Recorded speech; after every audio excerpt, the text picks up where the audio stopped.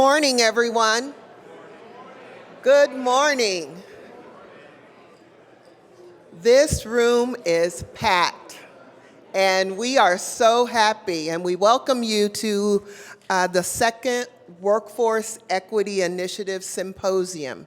After a while, if we get a few more people, what's going to happen, we're going to have to start saying that it's a conference instead of a symposium.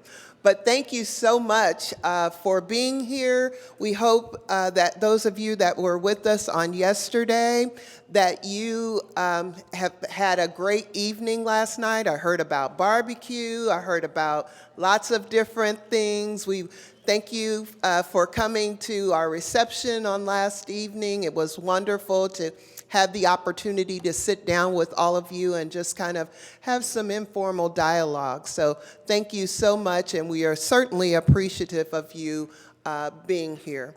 I would like to, as we move forward, we have 18 colleges that currently participate in the Workforce Equity Initiative. I would like those colleges to please stand.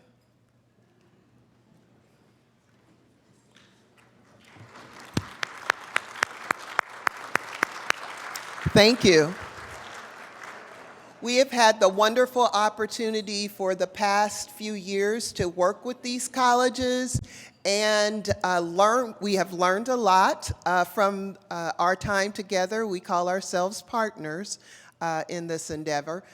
So we have had a wonderful time of working and learning together and making certain that we make sure that Workforce Equity Initiative is the top notch. So thank you so much, colleges, for all that you do.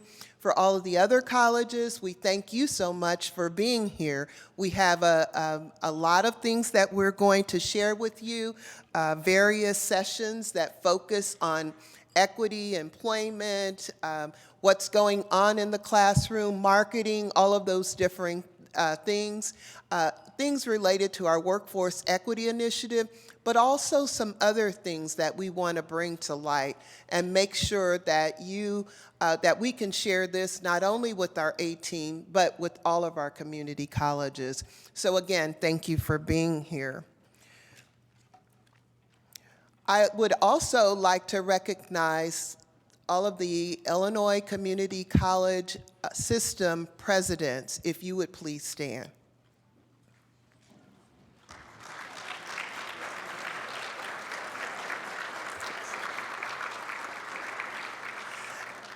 We would like to thank you for your support because your support not only of your our 18 colleges that are a part of this project, but also if you're not a part of the project, your support and your leadership of your institutions. We certainly appreciate what you've done and we're excited for the future of Workforce Equity Initiative. I have a few housekeeping things that I need to talk about, and I can't see them, so I'm going to have to step around. So we ask that you make sure that you visit our registration desk for any needs that you have. They're there to assist you. We want to thank ISU, the Center for SIPDC. I forgot their acronym, always, I forget it, so it's nothing new today. So if you have any specific needs, please feel free to go to the registration desk. Also, this gives you the Wi-Fi Hilton Honors meeting password if you need to access that.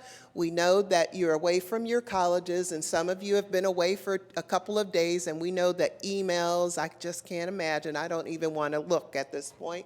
I can imagine the emails that you have. Also, we will have a lunch buffet, and if any of you have dietary restrictions, please make certain that you notify the wait staff, and they will be more than happy to assist you. At 11 a.m., we will have some breakout sessions. One of the things that I wanted to mention is that the session for Jobs for the Future is canceled, and we will be replacing that with a marketing session. So just make a note of that in your program. We have other presentations that are listed there. So after this session, we will go into another session. And then this afternoon, after our noon session, we will have an opportunity for the presidents, all of you that stood, to have a dialogue with our keynote speaker. And so we're quite happy about that. And we will have Representative Jahan Gordon Booth that will be with us at noon to talk about the advancement of equity. And so we're happy to have her as well. So thank you, and we have some other things in store for you, but I don't want to ruin the surprise. All I can say is bring your tissues. Bring your tissues. Okay, so thank you so much, and so I would like to introduce my boss. I have worked with Brian for probably 20, 21 years, and I can tell you that you can't find a more dedicated individual. He started with the ICCB a while ago and has worked in workforce, he's worked in adult education, he's worked in academics, student services, CTE, all of those things. So he's well-rounded and well-respected in our state. So I'd like to introduce my boss, Dr. Brian Durham.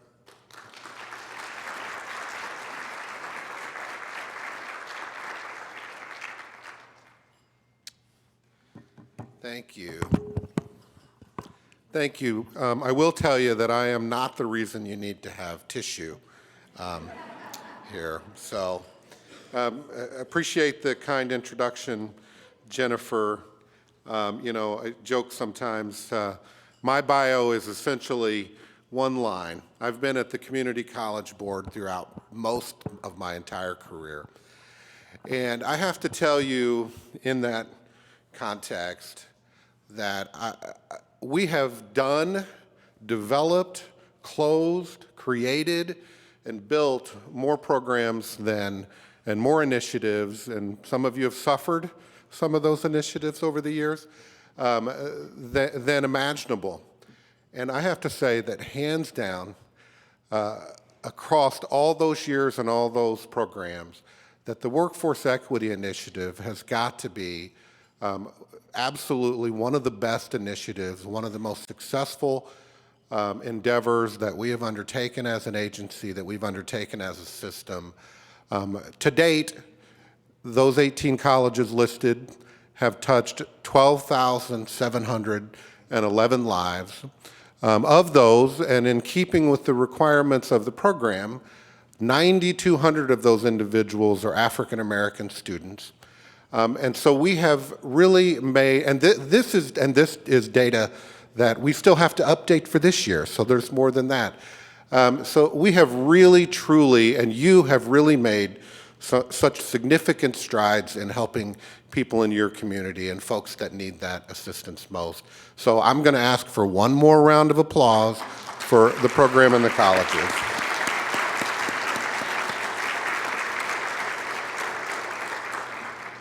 I do want to take a moment to thank the folks that have been so instrumental in this endeavor. First of all, Jennifer Foster, who leads this program at the Community College Board.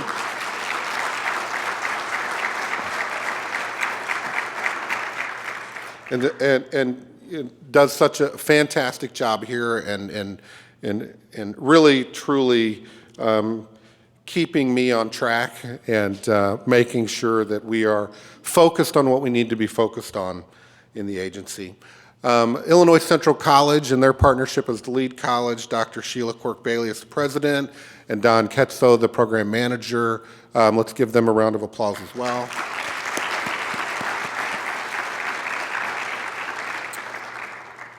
I'm going to mention Kermit Cabela. Did I get that right?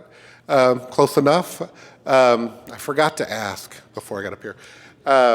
Here in a moment, who is from the Lumina Foundation. But Representative Jahan Gordon Booth isn't here, and so we will thank her again this afternoon. But I do want to encourage all of you, when she is here, to thank her individually for her leadership, for her advocacy. This has been a tough budget year.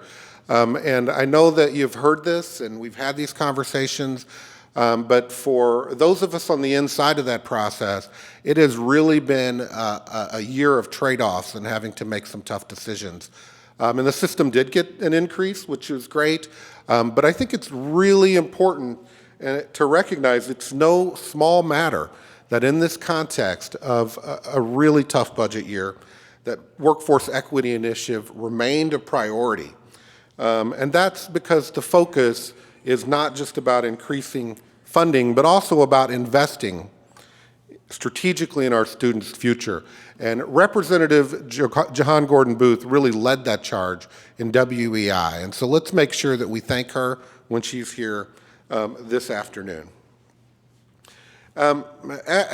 Obviously, first and foremost, workforce equity is an equity initiative with its focus on enrolling 60% of African American students in programs that lead to a regional living wage.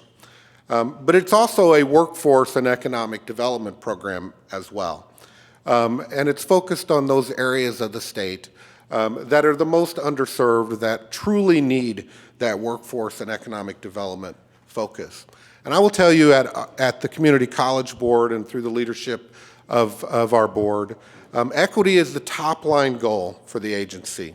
And that includes not only just to focus on the concept of equity, but also thinking about equity metrics. I mean, just a few years ago, the board made a really strategic decision to more explicitly call out the need to focus on the actual numbers, the actual equity metrics, and how we are working to close the gaps. And again, Workforce Equity Initiative is the star of that show, is truly the program that is meeting, exceeding, doubling national numbers in this context. And it's so exciting to be able to see that and to know that we are making that kind of difference. By prioritizing WEI, the General Assembly and the Governor really are ensuring that community colleges are pivotal hubs for meeting the needs of their students. And you also know, if you've got a PATH program, for example, well, all colleges do, in the PATH program, we've modeled what we're doing in PATH off WEI. In conversations that I'm having with leaders, with the governor's office, with others about what works, it always comes back to the wraparound supports and the model that we have in this program. But we certainly recognize, and I think the board's commitment to equity metrics makes that clear, that achieving true equity requires more than just words. It requires action and accountability. And ultimately, we are engaged in that more broadly as a state now as well. In our recent, all of you recently submitted equity plans, for example. Equity plans compel us to evaluate our current practices, and we have to highlight our successes, acknowledge areas where we can improve, and build new processes and programs to fortify our students across the system. And ultimately, we can utilize these equity plans to eliminate barriers that have historically hindered these students. And we see, and I think those of you that are doing WEI really have a foundation here along with all the other work that you do to build on, and we see WEI as critical to those equity plans and meeting those needs at your district, in your district. So with that said, I've only got about 10 more minutes of talking to do. No, I'm just kidding. Our work would not be possible without the support of partners like the Lumina Foundation. One of the really exciting things early on was when we were out talking about this program and sharing our results is the interest we got and really the affirmation we got from the Lumina Foundation, who's really stepped up and made a commitment to support some of the work through crucial funding that help us deepen our engagement with employers and assess our current strategies. And through this partnership, they've really encouraged us to innovate and to expand our efforts. And so I want to also thank the Lumina Foundation. We can do their applause now. And I am delighted and really just thrilled to introduce Kermit Kaliba. Yeah, Kaliba. All right. I'm so sorry I didn't ask the answer to that question before. Kermit Kaliba, who is the Strategy Director of Employment-Aligned Credential Programs for Lumina, has been our chief contact here and really in this work. Kermit leads a portfolio designed to increase the number of occupational short-term credentials and AA degree programs across the country. He was previously the managing director at the National Skills Coalition, served as the executive director of the Washington, D.C. Workforce Investment Council, and has a JD and a bachelor's degree from the College of William and Mary, and again has been absolutely critical partner, instrumental in helping us push this initiative forward. And so I want to thank all of you for being here today. I look forward to opportunity to hear from our keynote speaker and have some time with presidents later this afternoon. And I want to welcome Kermit to the podium here to make a few remarks. Thank you.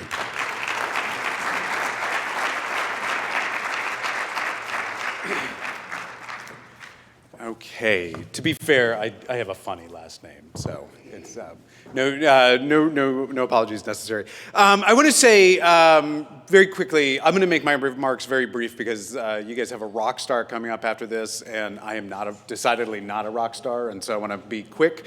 I just wanted to say just a couple of comments about Lumina Foundation and why we chose to partner with the Workforce Equity Initiative and with the Illinois Community College Board.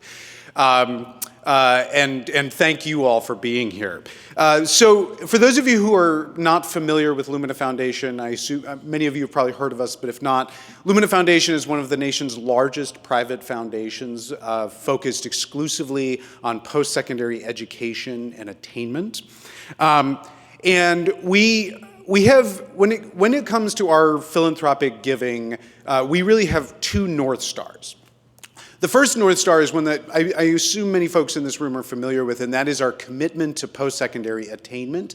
Back in 2009, Lumina Foundation set what was then a pretty audacious goal. We wanted to see a country where 60% of adults had a post-secondary degree or credential of value by the year 2025. And I say that was a pretty audacious goal because when we set the goal back in 2009, nationally, we were at about 39%. Only about 39% of adults had some form of post-secondary degree or credential. But we thought it was important. We think attainment is important because we know that this is an economy where virtually all jobs that lead to a family supporting wage, certainly all new jobs that are being created that have a family supporting wage, require some form of post-secondary education and training, including the roughly 30% of jobs that require some form of education and training beyond high school, but not a four-year college degree. So we knew that it wasn't just about degrees, and it wasn't just about trying to get as many people to a four-year degree as possible, although that is an important part of our goal. It's also about short-term credentials and workforce credentials that help people connect quickly to employment and advance their careers. And we know this goal has resonated because 47 states also adopted similar goals after we had announced the goal, including Illinois, which has a very similar goal of 60% by 2025. And I'm proud to say we can't take all of the credit. The credit really belongs with the folks in this room and across the country who've been working to make this a reality. But we're getting very close. We've seen a 16 percentage point increase in credential attainment in the United States since we announced that goal in 2009. As of 2022, we were at nationally at about 54% post-secondary attainment for adults between the ages of 25 and 64. And I'm proud to say that Illinois is actually exceeding the national average. We have you guys at about 57%. So really, really important progress in making sure that people have access to economic opportunity and educational opportunity. But the work is not done. And that actually brings me to our second North Star, and that is our commitment to racial equity. So when you look at the data, when you look at the progress that we made, one of the things that we see is that we've made progress across the board for all workers, but we haven't made as much progress as we need to be making for our BIPOC learners, for Black, Hispanic, and Indigenous learners. So I mentioned that Illinois' overall attainment rate is at 57%, and that's fantastic. When it comes to degree attainment, though, what we know is that Black learners are at 33.8%, Hispanic learners are at 27.6%, Native American learners are at 23.6%. That's a pretty significant gap compared to the overall state average and national average. And that, we know, is a reflection of the fact that we've made choices as a nation over the years to deny access to opportunity and resources. And so in our grant making, in addition to looking at does this advance credential attainment, post-secondary credential attainment, we are also looking in every grant that we make to see, is this advancing opportunities for learners and workers of color? Is this something that is actually going to address that equity gap that we see? And so we were understandably very excited to learn about the Workforce Equity Initiative when we started investing in community college workforce programs in a really intentional way in 2020. Because what you guys are seeking to do really is not just about credential attainment and making sure that people get credentials that lead to good jobs, but really targeting that focus on making sure that communities that have been left behind are a part of the conversation and have access to meaningful opportunities. So thank you so much for all the work that you do. We know, though, that there are challenges ahead of us. I think the success that the WEI initiative has had really speaks for itself. You guys have served, as Brian said, over 12,000 individuals, including 9,000 individuals that identify as African American. You guys have seen terrific employment numbers, and I know those employment numbers are getting stronger with each year that passes. As Lumina looks forward to the future, one of the things we're seeing a couple of challenges in this space that we would like to ask for your help and advice on how to address. One of the things that we know is that part of the reason why non-degree credentials are why we struggle with non-degree credentials is because we don't adequately value non-degree credentials. As much as we talk about the value of getting people the skills and the competencies they need to be successful in this economy, we also know that in many states there isn't adequate funding for non-degree credentials. There isn't adequate funding for tuition assistance. There isn't adequate funding for support services. There isn't adequate funding to track the data around these students, whether they're on the credit or the non-credit side. And there isn't enough institutional investment to create and develop these programs, these very powerful but often very expensive programs that lead to the skills and the competencies that are needed in the 21st century economy. And so as you guys are doing this work with the Workforce Equity Initiative, one of the things we would welcome from you is your thoughts on what else is needed in order to make programs like WEI more successful. What are the gaps? What are the missed opportunities? Where can states and other stakeholders be leaning in? We also know that for employers, non-degree credentials are something that are valued and are important, but in order for this initiative to be successful, we need employers to really step up and ensure that these credentials are accepted and lead to actual job opportunities and lead to career advancement opportunities. It's not enough for us to be focusing just on getting somebody from not having a job to a job, although that's really crucially important. It's an important first step. We also want to make sure that people are going from a job to a career. So how do we make sure that a non-degree credential, a short-term credential, actually leads to a pathway to prosperity and to success? So We're really, as I say, we're incredibly proud to be partnering with the Illinois Community College Board and partnering with you as colleges that are administering the WEI program. Thank you so much for everything that you do in your communities. Thank you so much for what you're doing for workers and for learners and for employers in your community. And we look forward to continuing our partnership in the years ahead. So thank you so much, and I'll end my remarks there.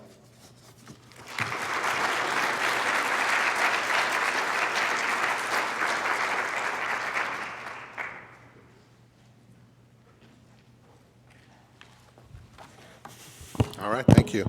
So I have the pleasure of introducing our keynote speaker.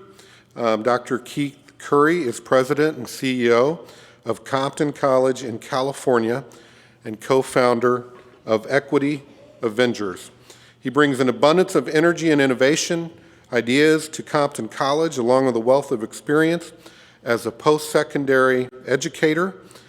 He also co-founded and chairs Black Student Success Week, and he currently serves as the chair of both the National Panel on Black Student Enrollment and the Black Student Enrollment Expert Advisory Committee, and he is a member of the University of Southern California Racial Equity and Guided Pathways. And so please join me in welcoming Dr. Curry here to the stage to provide his keynote. Thank you.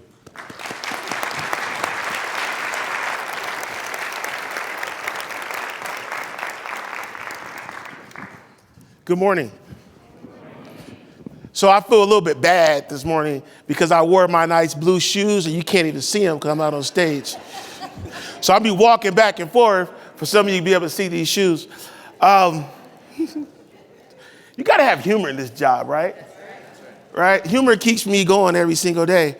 I'm a little tired. Flying across the country, I have a 14-year-old son my 14-year-old son is with me. And my wife was so excited for us to be able to spend time together. Not like he listens to me, though. So I told him, I was like, Camilo, I have to speak at 9:30. What time are you going to come down? He's like, Daddy, don't worry. I'll get there before you're done. I have never heard something like that before with a straight face, right? So when you see a 14-year-old comes in, that's my baby. And he comes in when he wants to come in. Let's see if he actually shows up. So I'm excited to be here today to share some of my thoughts. This work that we do is hard. And sometimes we forget why we do this work. And we do this work for students and student success. Let's throw the politics to the side and let's just focus on students, right? I've been doing this for a long time. And at the end of the day, I'm just trying to stay focused on what matters. So let me just do a couple of house cleaning that I have to do regards to who I am. You want to follow me on social media? You can. I'm on X. I'm on LinkedIn. I'm on Instagram. I'm on Snapchat. And I did my first ever last week TikTok video with one of my students. And I was so excited because he's a music student. And he was doing something to his African music, and I jumped in, I tried to dance, and I realized that I'm actually 47 years old and my knees are not good. And so if you look at the video, you can see I look stuck at one point. That's because my knee had to wake up. I'm serious, you know, look at it, it's on TikTok.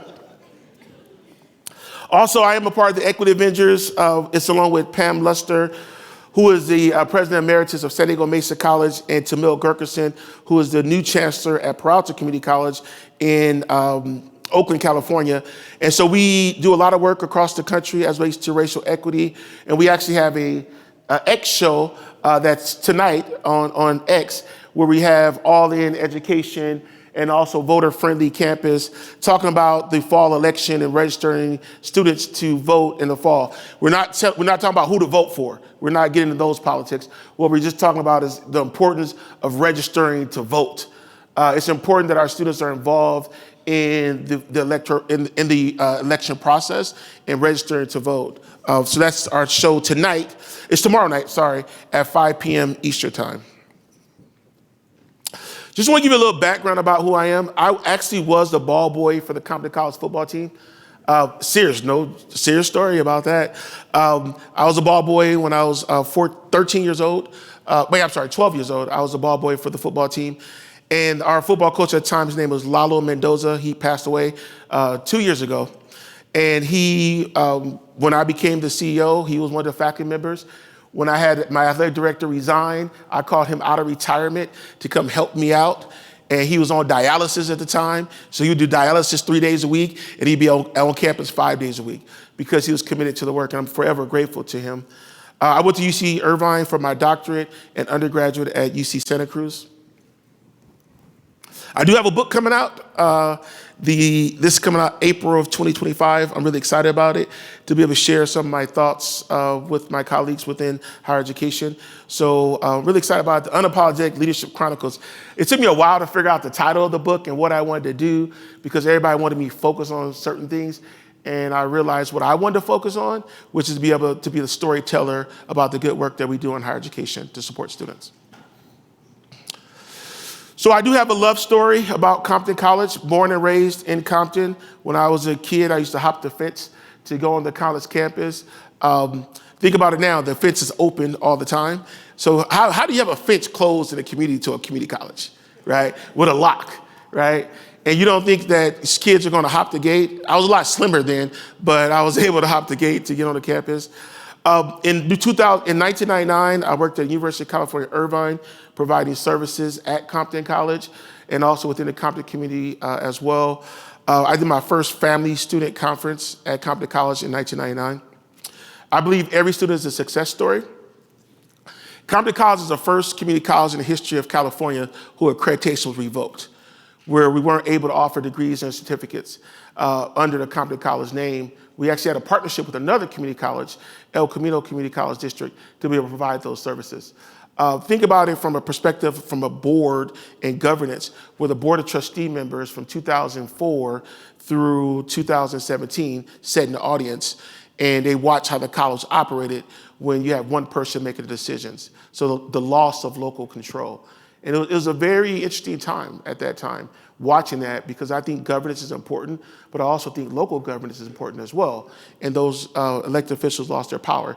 But in 2017, that power was restored. June 7th is a significant day in the history of the college. One, we became accredited again on June 7th, 2017. We had our first graduation on June 7th, 2018. And on June 7th, 2019, the partnership with El Camino College District ended. Most people say, okay, Dr. Kerr, how did you make sure that this June 7th thing worked? I said, look, the only one I had influence on was the June 7th, 2019. The accrediting commission had their meeting on June 7th. I had nothing to do with that. Graduation day for June 7th, 2018 was already scheduled in our academic calendar. But it was easy to remember the June 7th date. Now you might say, okay, June 7th, 2024, that's, happened last Friday, and you had graduation on June 7th, 2024. What could you do next?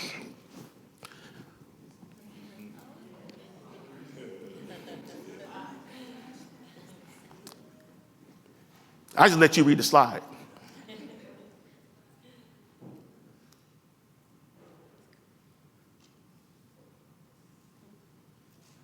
So when you talk about this work and the work that we do in our community, this here is significant for our college as it relates to June 7th.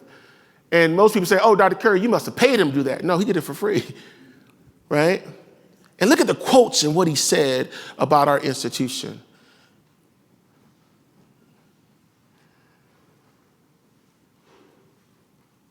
Seeing those students' faces when the number one artist in the universe, who is from their community, is talking about the community college within their community.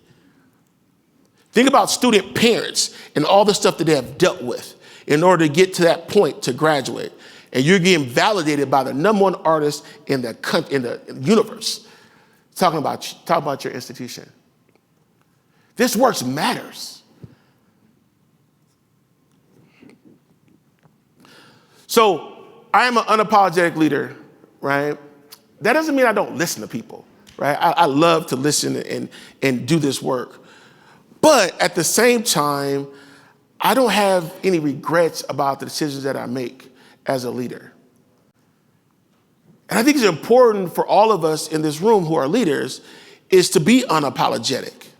Because sometimes people will not like the decision that you're going to make.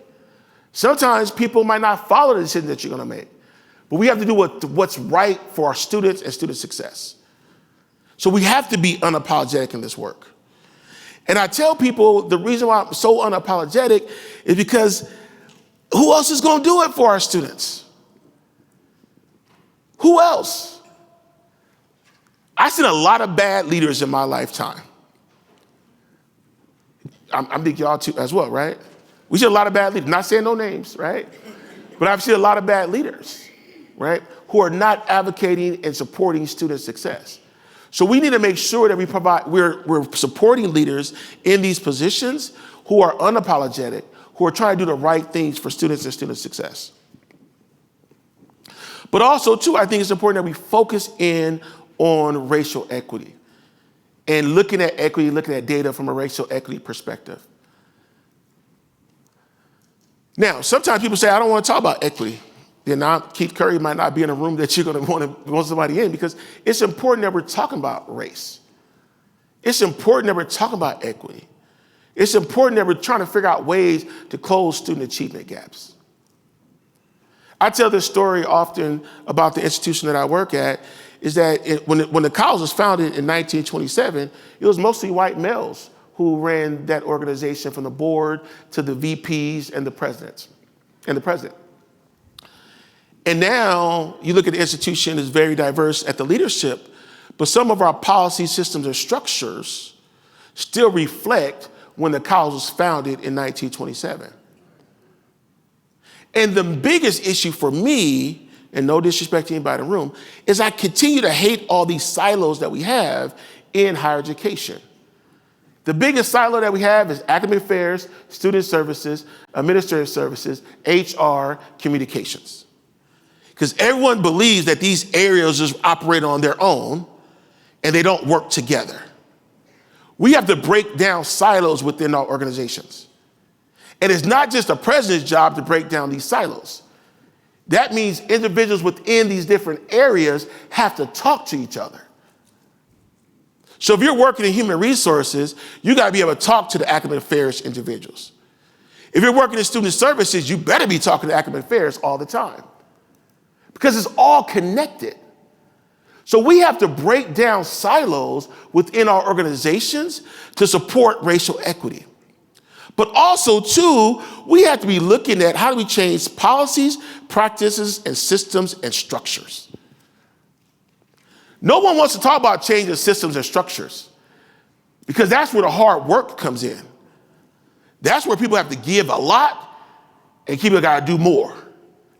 Because you're really talking about how do you change your board policy to make sure that's really focused in on equity. And what does that look like? And it can be a lot of conversations in order to get to that end goal. But when you start to talk about racial equity, it really goes back down to these policy systems and structures. Let me give you some examples of that. So one of my things that I always talk about with policy systems and structures, at our institution, all of our data is publicly available, disaggregated at the course level by instructor. It's not used for evaluation, but it's disaggregated.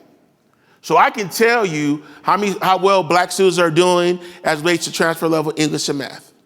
And they're not doing well at my institution. But really having conversations about the data at the instructor level, but also at the program level as well, and publicly available. And the good thing about publicly available data is that when you walk into the room, you all can have the same conversation, because no one's thinking that the researcher has given you the data and only the president has it, right? Everybody has the data to have the conversation. But then at the same time, when you talk about data, it's important as leaders that we provide space and time for these conversations. So it's not just important about having the data publicly available, it's also about having space and time to talk about the data. Because you can't have change unless you have some conversations.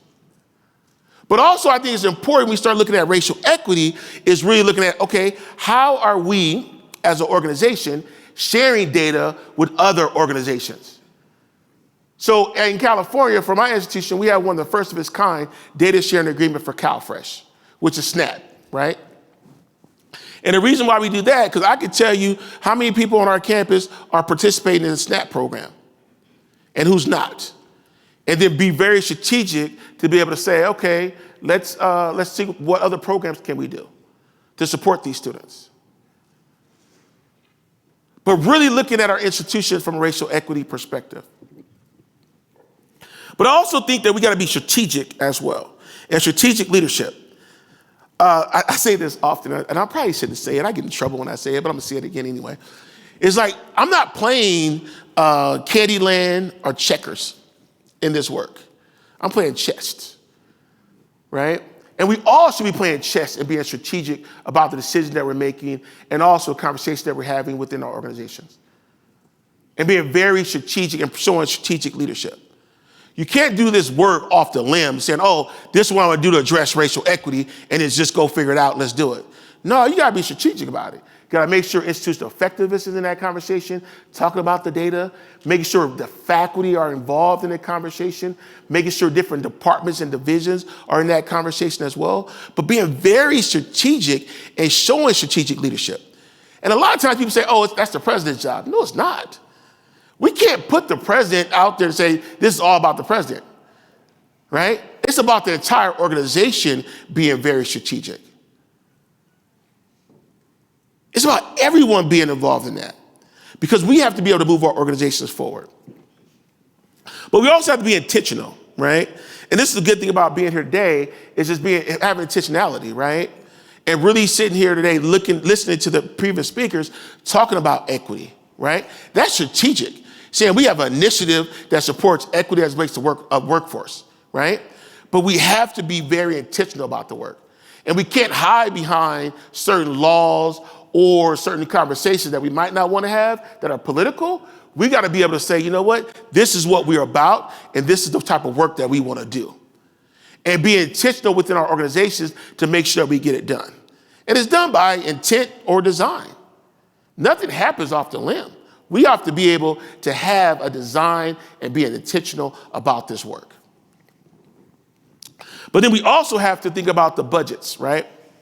Budgets are, I love this, budgets are statements of values. And so the earlier speaker was talking about the budget, I won't say the budget, but talking about lack of resources, right? Whenever there's a crisis, when there's a crisis, people end up finding money, right? People find money during crisis. And I'm be straight out about this. When COVID-19 hit, right? And I was looking at the K-12 districts in California, where everyone had to go buy laptops and iPads. People were figuring out, before the COVID money came in, and they had to also figure out how to buy food for students, they were doing it. They were dipping into their reserves. They were looking at all their budgets on one sheet to figure out how can you reallocate those dollars before COVID. Budgets are your statements of values, right?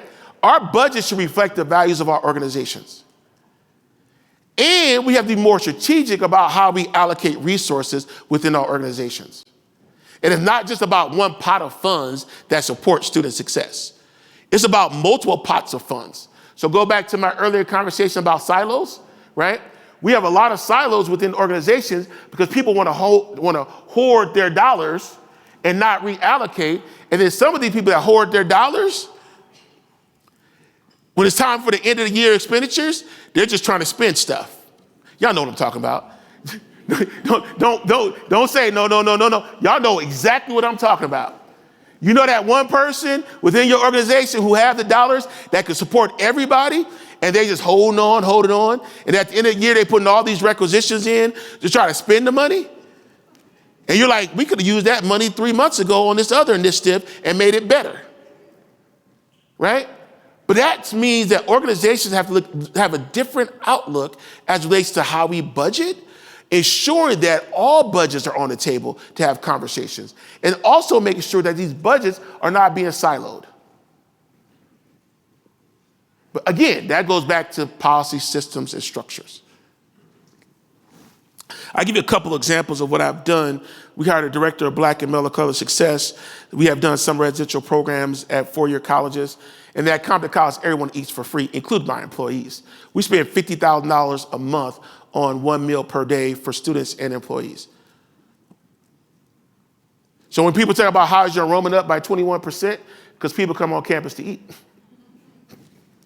I see them. Also, we have a farmer's market. Go back to when I talk about SNAP and CalFresh. We have a farmer's market where students come to our campus every Wednesday, including our high school dual enrollment students. They get $20 a week to be able to buy groceries. But really engaging those individuals, but budgets are statements of value. And my critics will say, oh, Dr. Curry, you used American Rescue Plan dollars to pay for that. I said, yeah, I did. That's cool. But in November, the Board of Trustees approved, we have $7 million coming from the employee tax credit from the federal government under COVID, $7 million. $4 million of that is being used to continue our food programs. Again, budgets are statements of values. And the Board of Trustees understand the needs that students have as relates to basic needs. And there are many uncertainties in higher education right now. I'm nervous about the future of higher education. And the last one is the biggest worry in regards to the value of higher education. And students wondering, is it worth it, right? But we're also looking at funding in higher education and the potential deficits in higher education funding. We're looking at enrollment. You can see enrollment has been increasing, but more so been increasing for career technical colleges throughout the country because students are looking at career technical colleges for enrollment. So what about some of these colleges that are not focused on career and technical education and what could happen? You know, whenever I look at inside higher ed, and I saw one today about a college closing, I'm always afraid of colleges closing and the impact that the closing of a college has on a community. In my dissertation for UC Irvine, I talked about death and dying of Compton College and the potential loss of the accreditation and the impact it has on employees. And looking at the 5 stages of death, right? And so what does that look like? Also, how do we continue to address students' basic needs? What does the new normal look like as it relates to higher education? And then also the value of higher education. I want to point just a little bit about the new normal and COVID. I had a conversation with someone the other day about COVID-19 and counselors. Oh, I love counselors too, just because I know it's being videotaped. I love my counselors. But thinking about how the individuals with COVID are saying, oh, we can do more online counseling and provide online services. But some of our students need the face-to-face programs and services. So some people are like, oh yeah, you know, we learned this much in COVID-19 about how we can utilize online services. But if you're talking about some Black and brown students, they need that face-to-face attention for their application. They need that support as it relates to the counseling face-to-face. You can't just expect a brand new student to be able to do everything online and be successful. You can't, right? And we're talking about equity here, saying that, oh, they're broadband, their internet, oh, they can do it. I got students who turn off their cameras, not because they don't want to be seen, because they don't want to be kicked off the internet, because it's not stable at their house. That's the reason why they're not on camera, right? So as we think about this new normal and what higher education looks like, we can't think that everything that was done in COVID could continue long term and be supportive of Black and brown individuals within our communities. However, there are some good things that we learned during COVID. Like, I do like the fact that we're able to do some meetings by Zoom where people are able to have conversations in Zoom. I love Teams where you're able to communicate with your staff regards to what's happening within your organization. I think it makes it more efficient. I love the fact that I can sign stuff wherever I'm at. I could be sitting in a meeting or at a conference and I got to sign documents and everything comes through DocuSign or they come through Adobe Sign. We have learned a lot during COVID of how we could be more efficient as an organization. But it's not the end all be all. But we need to continue to have conversations within our organization about what do we look like post, we're still dealing with COVID, post the COVID pandemic. And the most important part is the value of higher education. This is real, right? We start talking about short-term credentials, start talking about degrees. Like some students are starting to ask the question, do I really want to go to school and assume this debt? And am I going to get a job with livable wages?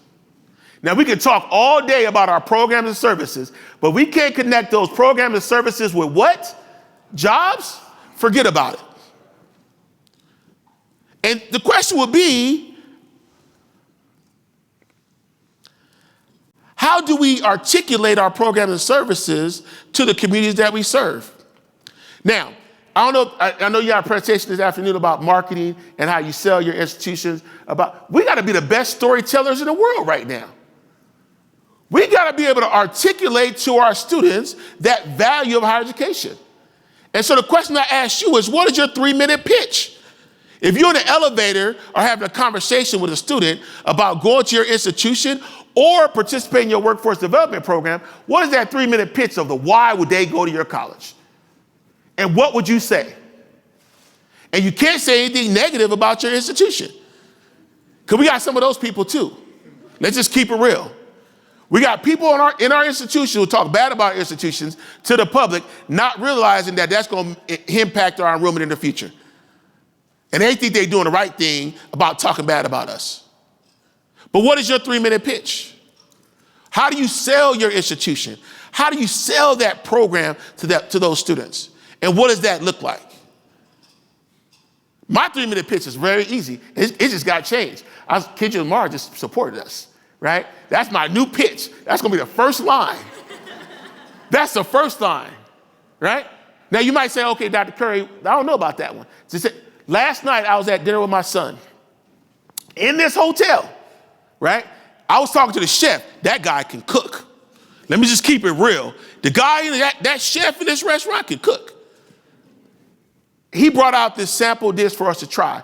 It was this meat thing with some mac and cheese, some French fries, and I was full already. And so I started to eat it. I was like, oh, this is good. And he was like, where you from? I said, Compton.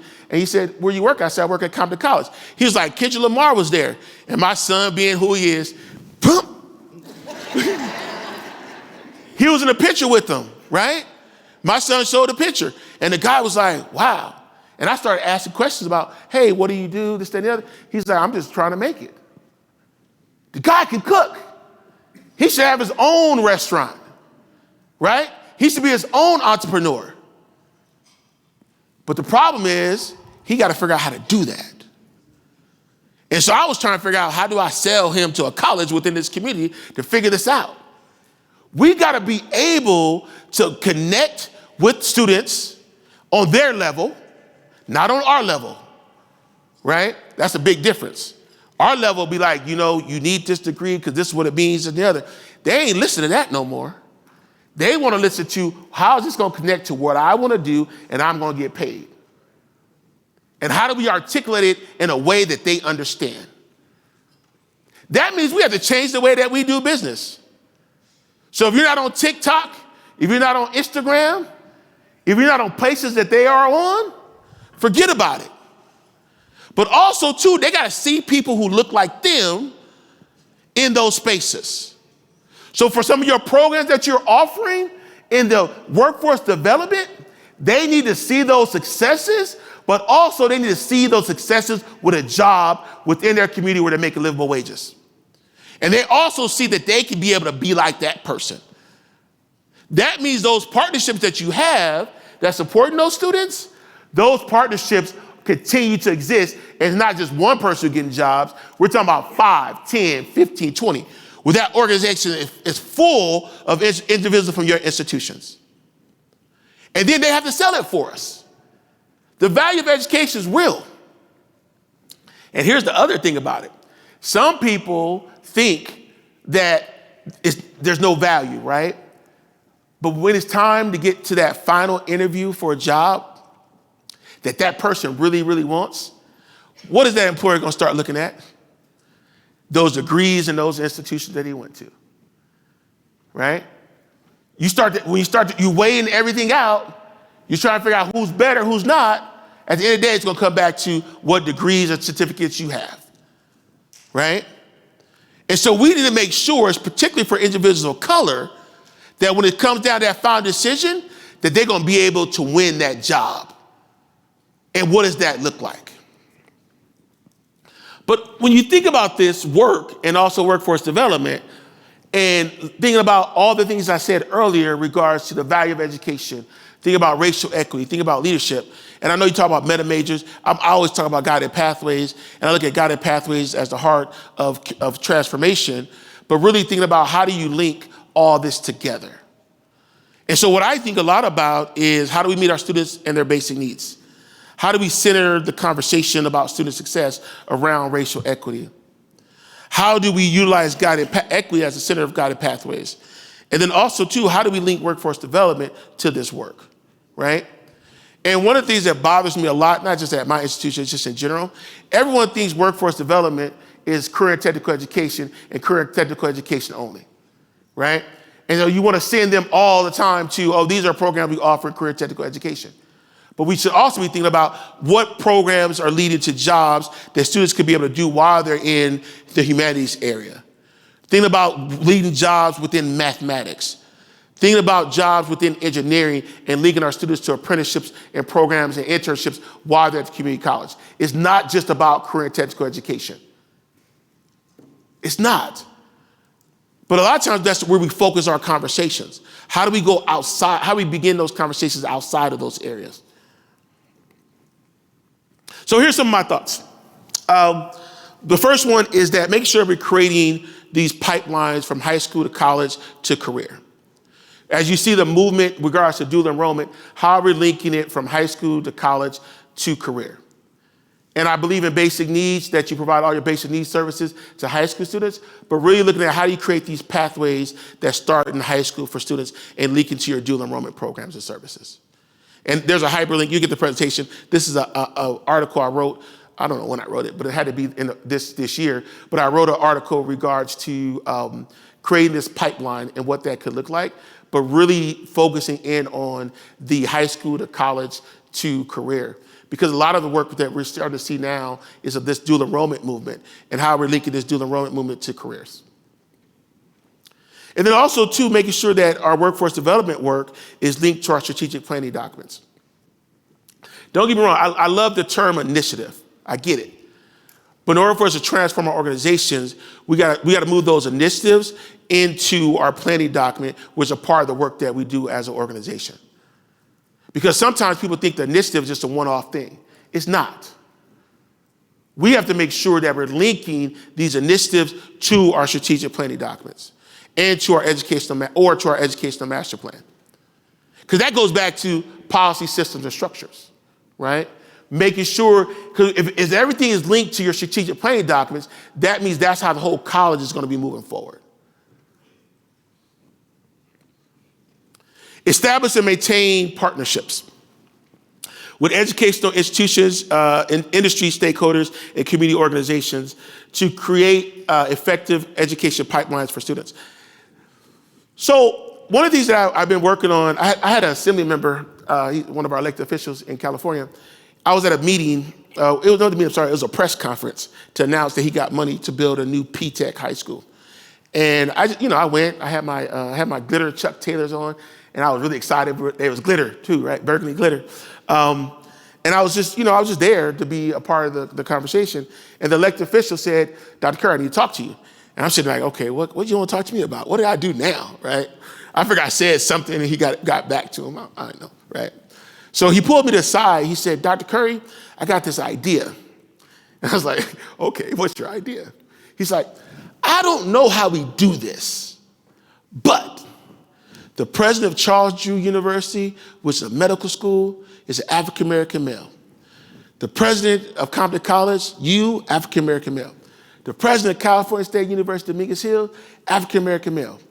And the president that runs Kedron Community Health is African-American male. Why y'all not doing something together? I was like, what do you want us to do? He was like, I don't know, but we gotta do something, maybe around health partnerships. I don't know. I said, look, Mr. Gibson, I hear you. I have money set aside from the indirect that we receive through the COVID-19 American Rescue Plan dollars. We got indirect money. And I set aside $300,000 of that indirect to help pay for grant writers to look at new initiatives. I'm gonna hire the grant writer to figure out this idea. He's like, you will, Dr. Curry? I said, yeah, it's not gonna be $10,000. I just blew it like, it's nothing, it's $10,000. He's like, I love that.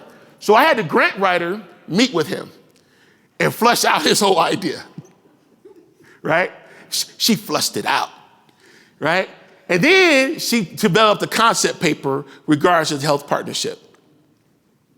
Then we decided, you know what, we're gonna do a signing for this. So we did a nice signing event. He was so happy at this event, right? And now we created this Compton Health Partnership that includes those institutions, St. John's Community Health, the LA County is involved, and then also Compton Unified School District, because all those educational entities have been working with Compton Unified School District. And now we have a clear established partnership. We just received $450,000 through another K-16 partnership to run this organization and move this thing forward. And he's so excited. And all he thinks about is, Dr. Curry, so I think we need to run legislation next year to get additional money. I'm like, yes. And this is your idea, right? So when I think about this bullet regards to these partnerships, it's not just about establishing them, but it's also about maintaining them and make sure you have funding to support them. This is hard work, where each organization has a person that's responsible for this partnership and is involved in this partnership. And then we have goals for the partnership over the next 3 to 5 years of what we want to do. But we have to be able to create these partnerships that focus in on workforce development, but it includes various entities, and everybody has to be active participants. It can't be Compton College is the only one that's leading it. It has to be everyone is leading these efforts. But then also everyone knows about these efforts as well, because you're starting to see a lot more transition in higher education. So if somebody leaves, what's going to happen to the work, right? So we have to always think about the longevity of this work as we move forward.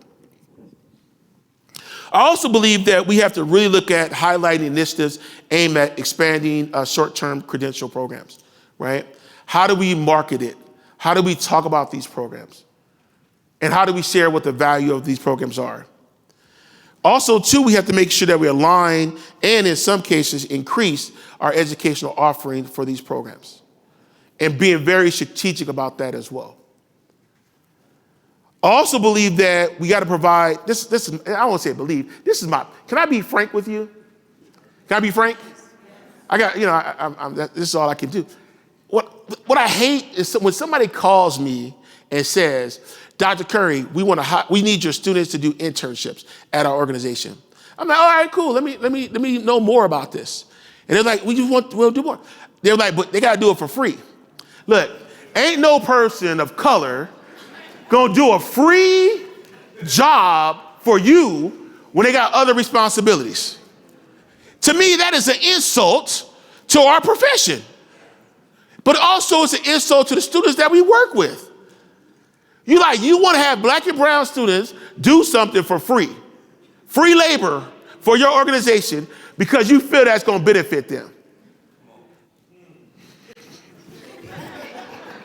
I'm going on this side because I already got the preacher on this side, right?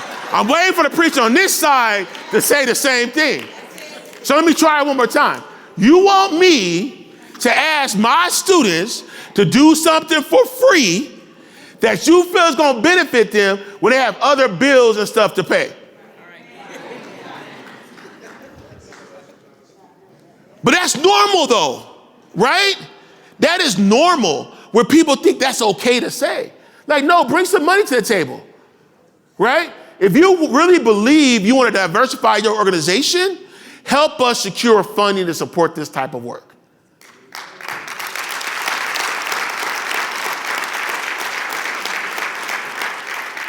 And from a racial equity perspective, I can go on this all day, right? This is a speech, right?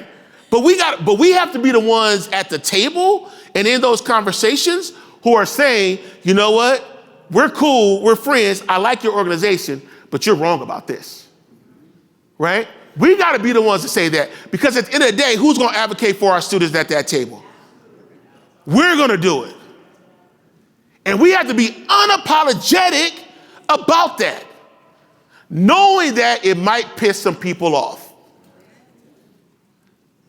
Just saying. But also, too, I want to focus on the last one, is that workforce development initiatives should not just be focused on career technical education. I touched on this earlier, but I want to just make sure you get it again, right? Because we continue to focus in on one area, and there's other jobs outside of CTE that we could be able to expand on. And what does that look like? And also, too, how do we have those conversations with faculty and support staff about this to say, you know what, workforce development is not just their job. It's all of our jobs, right? That means making sure our students' maps that they have for 4, 6, or 8 semesters are showing how it links to jobs. Making sure that whenever we do job fairs or we see anything about internships for jobs, that everybody's getting that information, not just a certain group of students are getting it. We have to be more intentional with these conversations to expand it to other areas. And it's not just one person's job, it's all of our job to do that. That means when you get emails from areas, from information about workforce development, it's not just, I'm not gonna ignore it because it's not my responsibility. Y'all know we got people like that, right? Who ignore emails if they're not in the area, like this is not my problem, I'm not gonna worry about it. But you know what, those emails are stuff that impacts on students that you should know. So how do we make sure that everyone knows about workforce development, everyone knows about the programs and services that are happening, but then also people are being active in what they know and sharing that information with other people? Because what bothers me the most when you start thinking about these silos is that no one is telling these students about these programs and services, and everyone goes back to, no, that's not my job, that's the other person's job. We don't have the capacity to do it. We don't. If we have a campus of 7,000 students and you're expecting that one person who works in workforce development and job development to say all this to the students, it's not possible. They can send as many emails as they want to. That's why it's important that faculty know, so faculty can share that information in the classroom. We have to really figure out how do we communicate within our organizations about the programs and services. So those are my thoughts on workforce and where I'm at, but this is the part that I love the most right now, is when we think about how do we look at education and workforce development and really freedom dream. Have anybody heard about this freedom dream concept before? Raise your hand. We got one, okay. So Gina Garcia is a faculty member at UC Berkeley who is at Pittsburgh. She talks a lot about freedom dream as relates to Hispanic serving institutions. And she got this concept from Dr. Kelly, who talks about slavery, right? And in slavery, how slaves had shackles and thinking outside the shackles, right? Thinking about how, if you're free, what does that look like? Imagine being free. So what Gina Garcia talks about is how do we imagine an educational space that is grounded in racial equity, social justice, and collective liberation, right? What it means to me is how do we think outside the box about how do we change organizations? And in this conversation, how do we support equity as it relates to workforce development? And being free, right? That means whatever idea is on the table. And I challenge you to freedom dream today, right? And not thinking about how the old way of doing this work has to continue. Thinking outside the box where there's no silos. Thinking outside the box where you focus in on students. And particularly as the data talks about, focusing on students of color. But being free to dream. Because the best change happens when you're free. I would tell you when COVID happened and I was really stressed out, but then at that moment people were like, you know, this the money you got from American Rescue Plan. I started to dream. And my staff started to dream. We were dreaming about open educational resources. We're dreaming about food and providing food services, right? And thinking outside the box. Now is your opportunity to freedom dream. And what does that look like within your organization?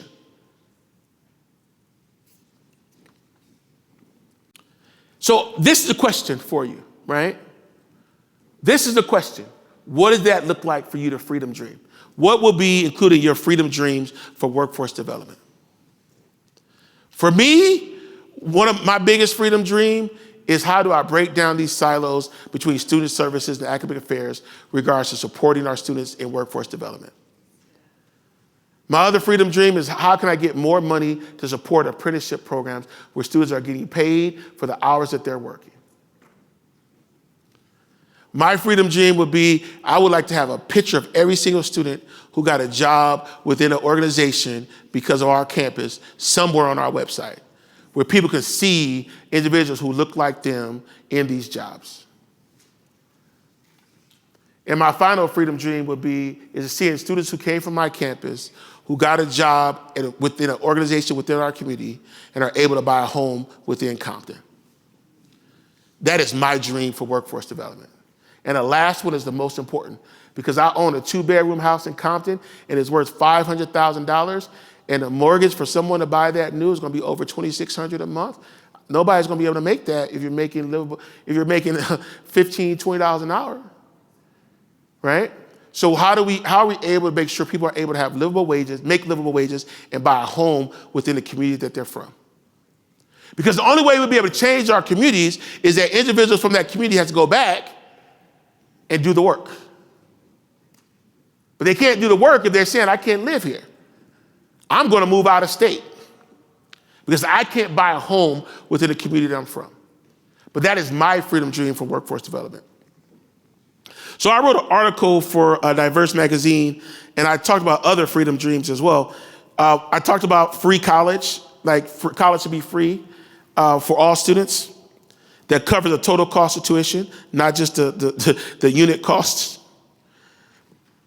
I talked about, I don't know about you, you probably saw I put this on LinkedIn. I hate the fact that students have to pay for blue books, Scantrons, and pencils. That is crazy, right? When I found that out, we changed that policy very quickly. I don't think students have to pay for printing, parking, transportation. I think students when students fill out applications, we continue to ask them how poor they are. Let me go on this side of this. When students fill out an application, we continue to ask them how poor they are. What does that mean, right? That means every single application we're asking them how much money somebody make. And we already know our students are low income. What does that look like? Also, we need to make sure that if a student is on SNAP, that should be automatically connected to the FAFSA. And I don't want to talk about FAFSA with all those issues, but it should be connected to that. I think we should double down Pell. I think we should have partnerships, robust partnerships with not just with the county agency, but robust partnerships throughout the state to support student success. I think we have faculty academies to hire individuals, to train former community college students who are enrolled in master's and doctorate programs who want to be community college faculty members. I believe in that notion, for us, by us.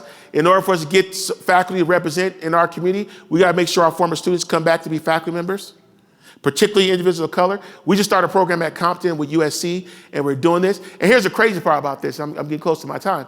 The crazy part about this partnership that we have with USC, we have 30 students who are participating in this program.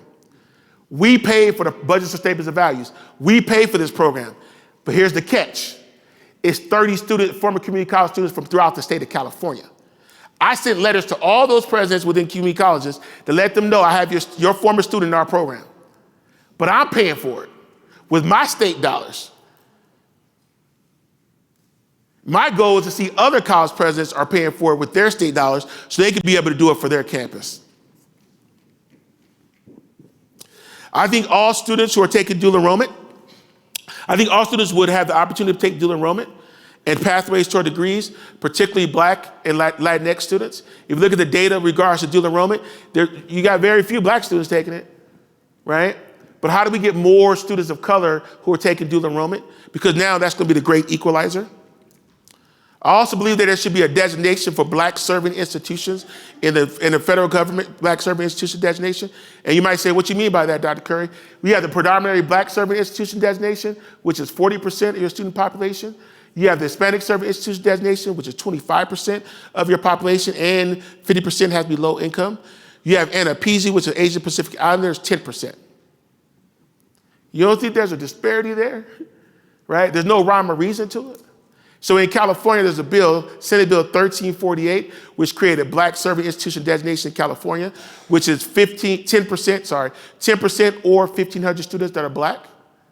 But it also talks about servingness, of how you serve these students. And this goes back to Gina Garcia research at UC Berkeley, really looking at how do we serve these Black students when they're on the campus. It's not just about having a percentage, it's also about how you serve them, right? So when we start to think about serving students, how do we service our students? That means nobody got to be, I'm sorry, you can't be rude to black students when they come on the campus.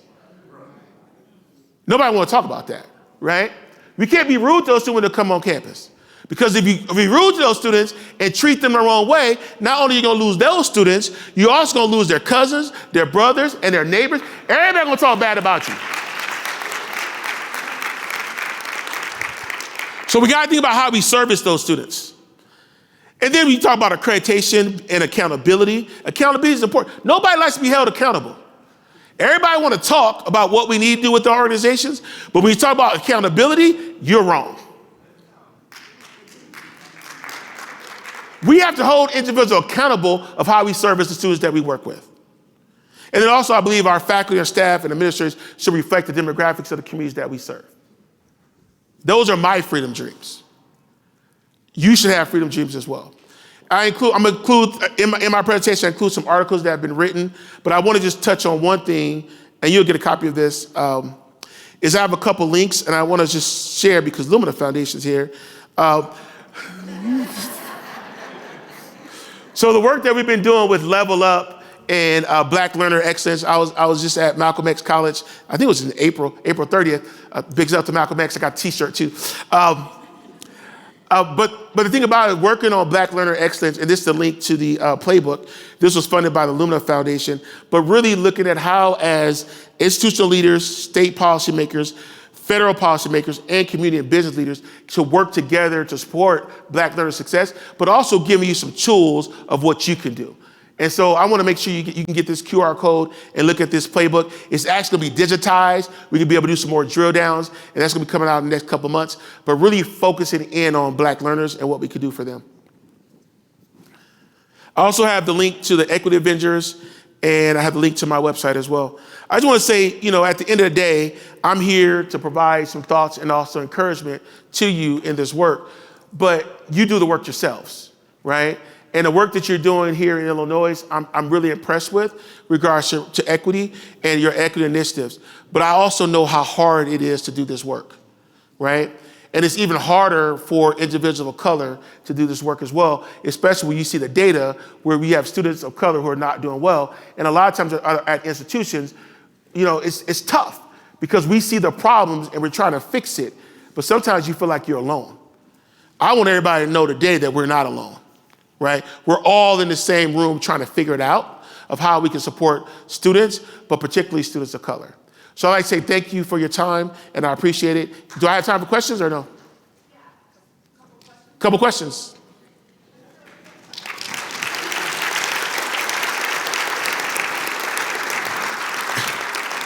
And for the record, I don't know what time, he just came in, but my son is here. He's wearing the retro. Milo, stand up.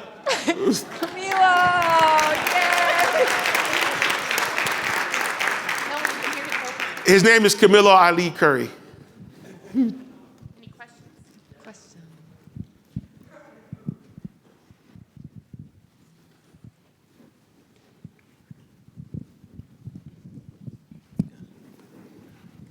No question. I just wanted to thank you, and then also your mentor who was able to come out of retirement to help you be the pillar that you are in the community, because like you said, representation matters. And so I just want to thank you and your mentor who came out. Thank you.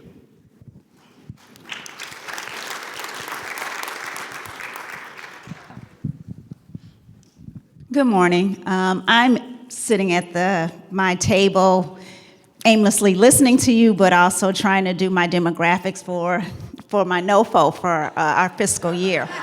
And every single thing that you were saying is resonating with me, and behind the why of my mind is racing to make sure that we support our students in Chicago. And I'm at Kennedy King College, which is in Inglewood, which has the highest. I just realized they rank number 4 with the poverty. One of our areas is number 1 with unemployment. And you said something about our students come to school to eat. I've written into my NOFO to provide meal vouchers. Our students are there from sunup to sundown doing construction trade programs, and a large percentage of those monies is that they can get $15 a day meal vouchers for lunch and breakfast. And I'm like, well, should I write it? Is it gonna be too high? But listening to you, yes, I am gonna put it in there. one of the students had approached me one day, and he wasn't in our program, and we talk about other students that we are trying to support but not supporting, and I could see in his eyes that he was hungry. And he didn't meet my demographic, but he was hungry and he had a need, and my heart went out to him. And what I did was I said, out of discretion, you come out to me every week. You don't have to come when all of my WEI scholars come to get their meal vouchers, but if you want to, you can. But we have to support those students even if they don't meet all of our criteria. But the determination in his face was that he's pursuing one of the top programs. And at the end of the this week, I said, we're going to support him this summer. He doesn't necessarily meet every single one, but I know he's hungry, and he told me. So if I have to write a narrative to say he comes to me and he's tattered, and I give him shirts because I give my other students shirts, and I give him every single thing that he needs to make sure that he can fit in and feel supported so that he can persist on. Because like you said, these other communities have their friends come, and it's another pipeline because he's completed and he felt supported and he felt recognized. So I'm gonna continue to do what I do, and I'm not bend the rules, but I'm gonna make new rules so that we can make sure that we meet every single person's needs that come in our institution. And I know we have a question up front. I say thank you for your comment. The one suggestion I give, and I will be at Kennedy King on April 13th doing a speech, so I'm really excited about that. I would say when I look at our food program, the benefit, for me, what I love the most is that students, all they gotta do is show their ID. And our cafeteria keeps track of the data, and then that data is also our dashboard. That means they don't have to fill out anything. They just show up and show their ID, and they're able to get food. And it's a healthy meal choice too. It's not like they're getting like peanut butter jelly or cup of noodles, right? If you know what I mean by that, you know that's how we started this basic need work, was peanut butter and jelly and also a cup of noodles for students. They're able to get 650 meals to support them, and they're healthy. We have a question here and then also in the back. And then I'm done, I think. So I have a question as you are thinking about the future. With scores for young children in lower grades dropping, math scores, reading levels since COVID, we already have an issue. I know I have 3 African-American grandchildren, so the scores, the concerns about education at the lower level, how do we build now and address those issues to have the future that you see for post-secondary? And I just, where's that dialogue taking? I got thoughts on that. The first thought that I have is that it's not a us versus them, right? Right. What I see a lot of times is that the community college will blame the high school.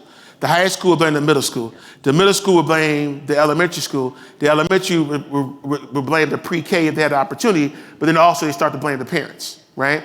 We have to come together and say, you know what, it's a problem for us all.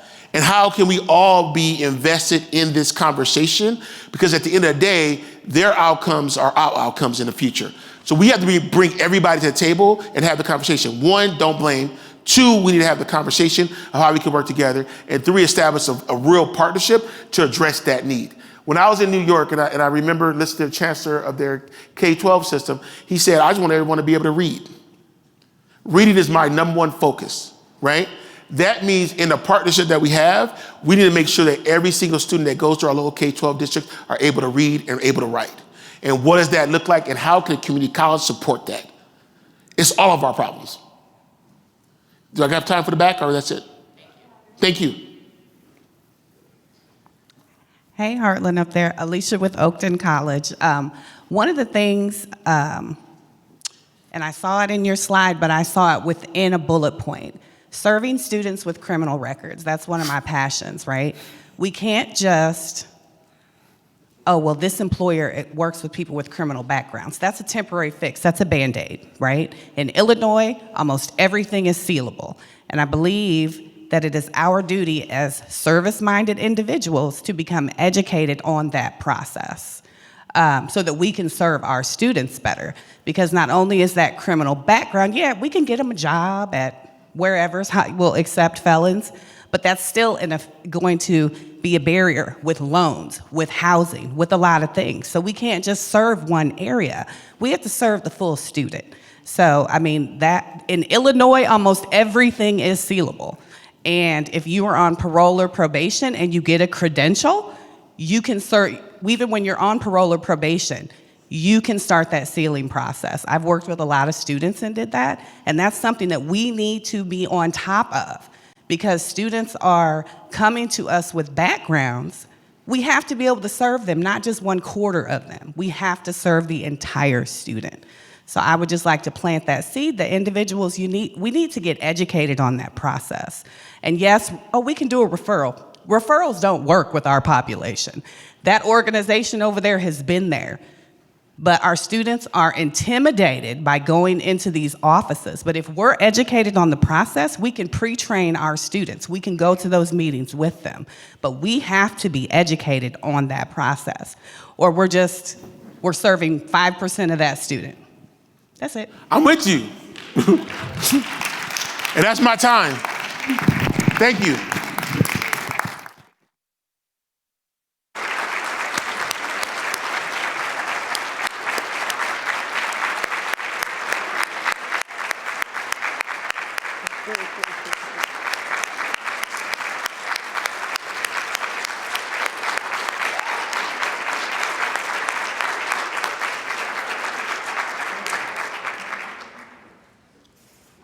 All I can say is that absolutely wonderful. Thank you so much, Dr. Curry. This has been a fantastic, I happened to, I was cruising YouTube and saw a little blip and he was on it. And I'm like, we have got to get this person.